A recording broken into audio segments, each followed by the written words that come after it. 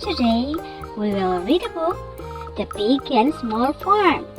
The chicks have hatched and are eating the corn with Mommy Hen. Who will you meet next on the farm?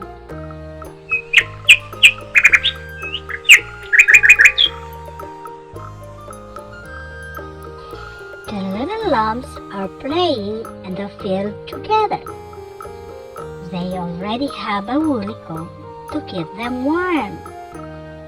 Who will you meet next on the farm?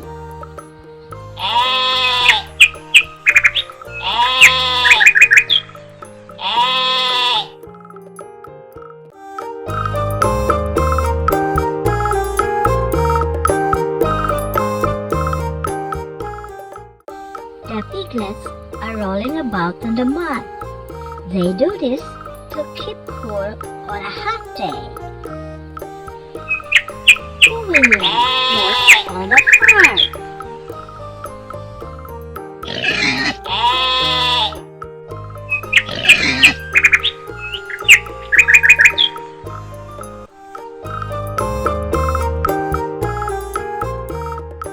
And the calf is learning to walk in the meadow. Mommy and Daddy are helping her. Who will you meet next on the farm?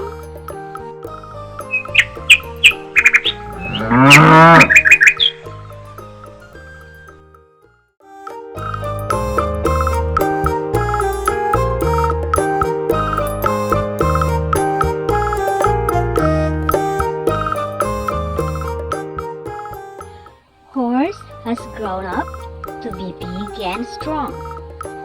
He helps the farmer to plow the fields. Now, tell us how many animals you met on the farm.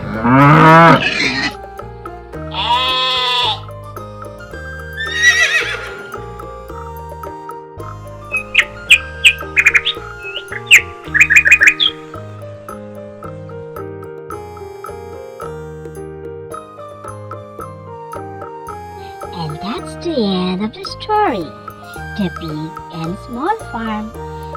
See you next time.